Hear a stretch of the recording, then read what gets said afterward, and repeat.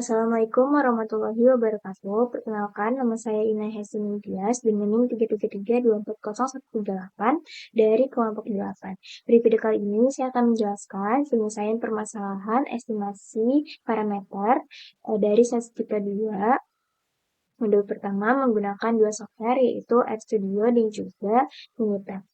Baik, di sini ada persoalannya. Untuk soal nomor 1, yaitu seorang supervisor ingin memperkirakan rata-rata waktu pelayanan pelanggan di sebuah kantor layanan publik. Dari 20 pelanggan yang diamati, diperoleh rata-rata waktu pelayanan yaitu 35 menit dengan standar deviasi sampel yaitu 4 menit. Diasumsikan data berasal dari populasi yang berdistribusi normal. Tentukan interval kepercayaan untuk 99% untuk rata-rata waktu pelayanan populasi. Oke, jadi untuk soal nomor 1 ini, kita akan selesaikan menggunakan RStudio terlebih dahulu, di mana untuk soal nomor 1 ini menggunakan estimasi rata-rata sampel kecil. Kenapa menggunakan estimasi rata-rata sampel kecil? Itu karena parameter yang ingin diperkirakan itu adalah rata-rata dari populasi, yaitu rata-rata waktu pelayanan populasi. Lalu data yang diberikan juga berupa rata-rata sampel, yaitu 35 menit, dan juga simpangan baku sampel, yaitu 4 menit. Dan untuk data yang diamati atau jumlah sampelnya itu ada 20 pelanggan, di mana itu termasuk ke dalam golongan yang kecil. Lalu di soal juga diberitahu bahwa ini tuh berdistribusi normal, artinya kita menggunakan disebut T.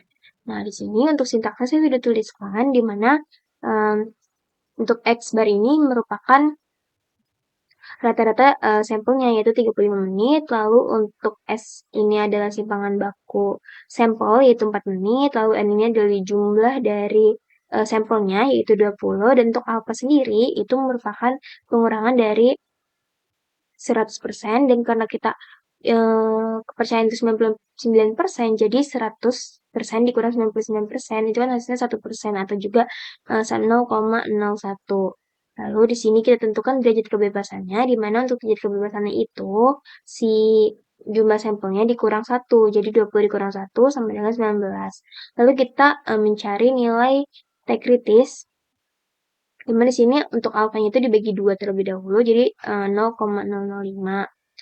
Nah, selanjutnya sini bakal saya running terlebih dahulu.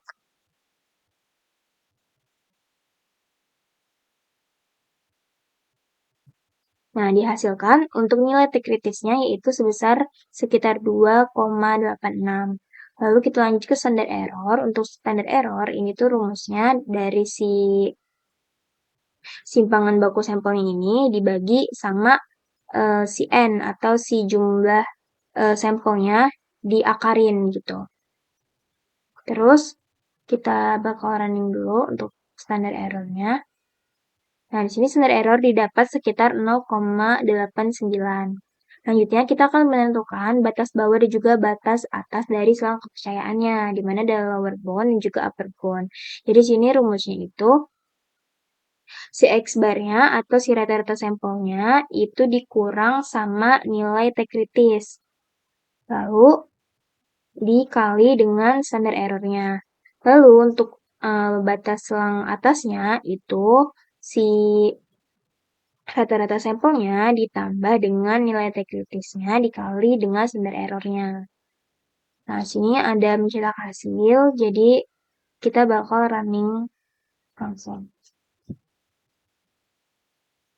Nah, di sini diketahui untuk selang kepercayaan 99% itu untuk batas bawahnya adalah 32,4411, dan untuk batas atasnya atau upper bound-nya yaitu 37,5589. Nah, selanjutnya kita bakal coba menghitung dengan menggunakan Minitab. Jadi untuk di Minitab ini, pertama kita ke menu Start. Selanjutnya kita pilih yang Basic Statistik, lalu kita pilih yang satu sampel T ini. Nah, untuk ininya, kita pilih yang Summarize Data. Lalu, karena tadi sudah diketahui dalam soal untuk sampel size-nya adalah 20, terus untuk rata-rata sampelnya ada 35, dan untuk standar deviasi sampelnya itu ada 4, jadi sini kita tuliskan saja, lalu kita pergi ke option.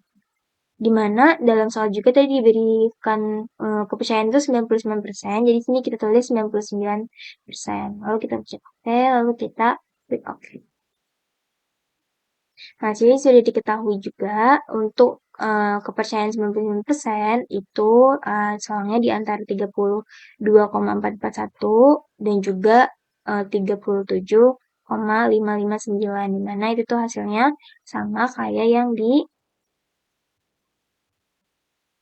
RStudio.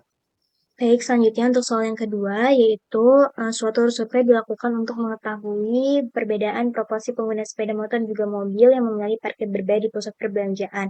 Di mana dari 500 pengguna sepeda motor, terdapat 210 orang yang memilih parkir berbayar, dan dari 450 pengguna mobil itu terdapat 120 orang yang memilih parkir berbayar. Sini tentukan interval kepercayaan 95% untuk sebagai proporsi sesungguhnya antara kedua kelompok tersebut.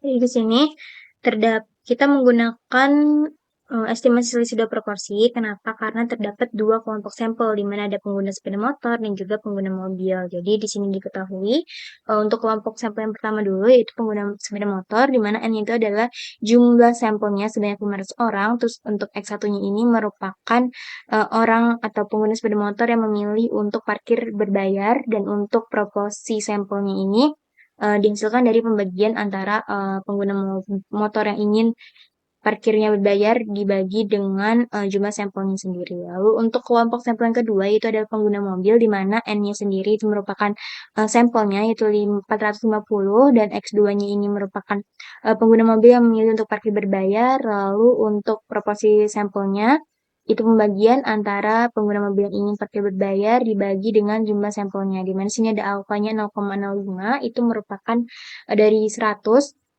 kurang 95%, atau di sini kepercayaannya 95% dalam soal.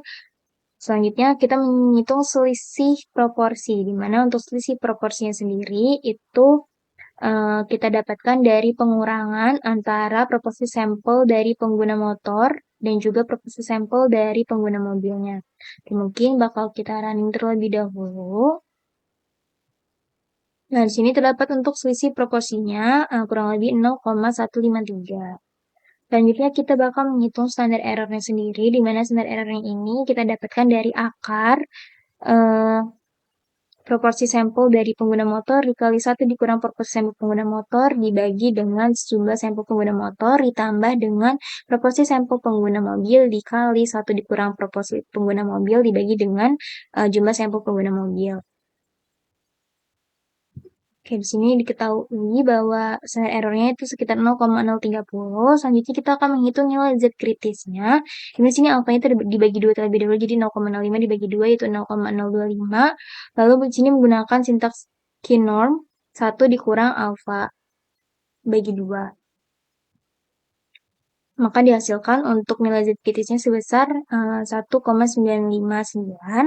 Lalu untuk batas bawah dan juga batas atasnya, sini untuk lower boundnya atau untuk batas bawahnya itu kita menggunakan rumus dari sisi proporsinya dikurang dengan nilai Z kritis dikali dengan standar errornya. Lalu untuk upper bound atau selang atasnya itu atau batas atasnya itu menggunakan selisih proporsinya ditambah dengan nilai Z kritis dikali dengan standar errornya.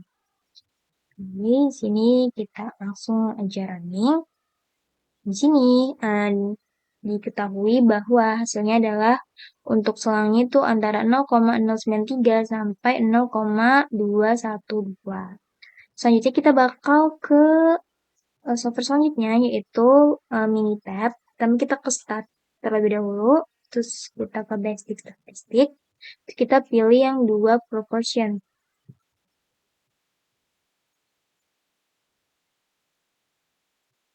Nah, di sini kita pilih yang summary data, lalu untuk number of event, nah ini tuh kayak jumlah dari si pengguna yang mau parkir berbayar. Nah, dimana untuk sampel 1 tuh tadi kan motor ya. Dimana untuk yang motor tuh tadi yang mau parkir berbayar 210, dan untuk number of trials-nya itu ada 500, atau sampelnya itu 500. Lalu untuk yang mobil itu tadi 120 yang mau parkir berbayar, dan untuk sampel sendiri adalah 450. Selanjutnya untuk confidence levelnya tadi kan 95% ya. Jadi sini kita tulis 95%. Kalau udah kita pencet OK. Dan sini didapatkan hasilnya yaitu semuanya antara 0,093 sampai 0,212 di mana hasilnya itu sama seperti yang di RStudio. Baik, selanjutnya itu merupakan soal yang terakhir, yaitu sebanyak 12 karung beras dipilih secara acak dari suatu distributor, di mana hasil penimbangan menunjukkan simpangan baku berat sebesar 0,35 kg dan juga diasumsikan berat karung beras berdistribusi normal. Tentukan interval kepercayaan 95% untuk variansi dan juga simpangan baku berat seluruh karung beras. Jadi di sini kita menggunakan estimasi variansi. Kenapa? Karena dalam soal ini yang mau kita estimasi itu merupakan variansi populasi dan juga simpangan baku populasi. Dimana diketahui juga untuk simpangan baku sampelnya itu sebesar 0,35 dan juga di sini berdistribusi normal sehingga kita bisa menggunakan distribusi chi-square. Selanjutnya diketahui juga dalam soal itu adalah si N ini atau jumlah sampelnya sebesar 12. Lalu untuk S-nya sendiri itu merupakan simpangan baku sampel sebanyak 0,35. Lalu untuk si ini merupakan variansi sampelnya yaitu diambil dari simpangan baku kuadrat, jadi 0,5 kuadrat.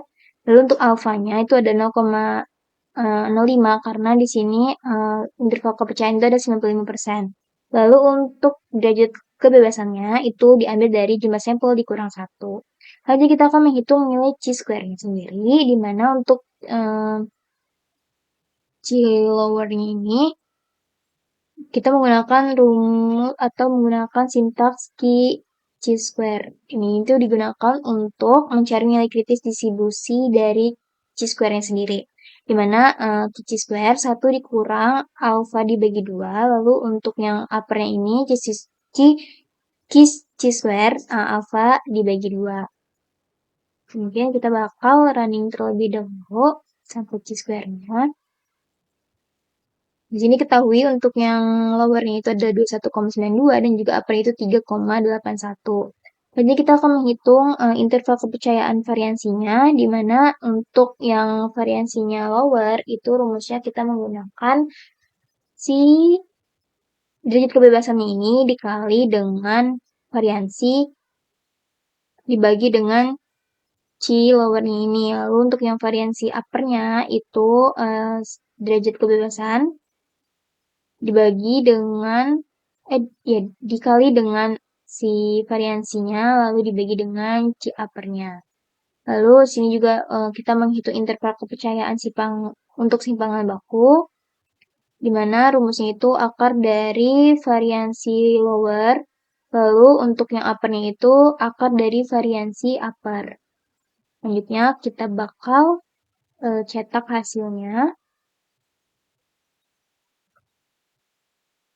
Nah, diketahui bahwa untuk selang kepercayaan 90% untuk yang variansi itu antara 0,061 sampai 0,353. Lalu untuk yang selang kepercayaan 90% untuk simpangan baku itu dari 0,247 sampai 0,594.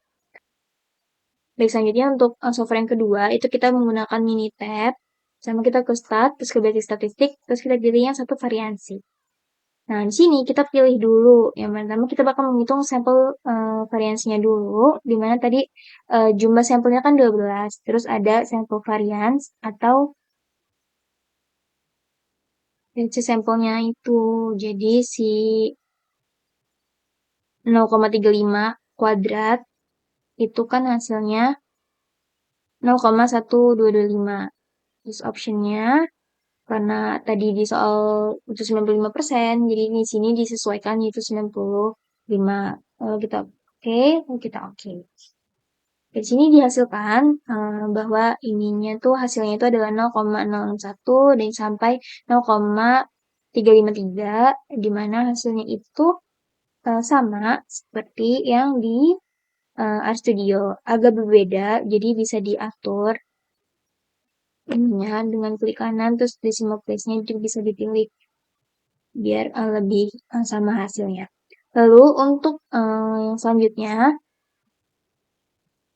kita ke basis statistik lagi, kita pilih satu varians lagi, karena tadi kita udah menghitung yang sampel variansnya, sekarang kita pilih yang sampel standar deviasinya. Mana untuk sampel size tadi 12, dan untuk sampel standar deviasinya itu adalah 0,35. Kalau untuk optionnya, untuk confidence levelnya, tingkat kepercayaannya, itu 95. Jadi sini 95 udah benar. Jadi oke, terus kita pencet oke. Nah, sini untuk hasilnya dihasilkan untuk selang itu dari 0,248 sampai 0,594. Dimana sama seperti yang di RStudio, cuman di Minitab itu lebih dibuletin gitu, dan kalau emang mau dipecah itu bisa dengan memilih angka desimalnya gitu. Itu tadi penjelasan dari penyelesaian persoalan tugas mingguan estimasi parameter. Kurang lebih mohon maaf. Wassalamualaikum warahmatullahi wabarakatuh.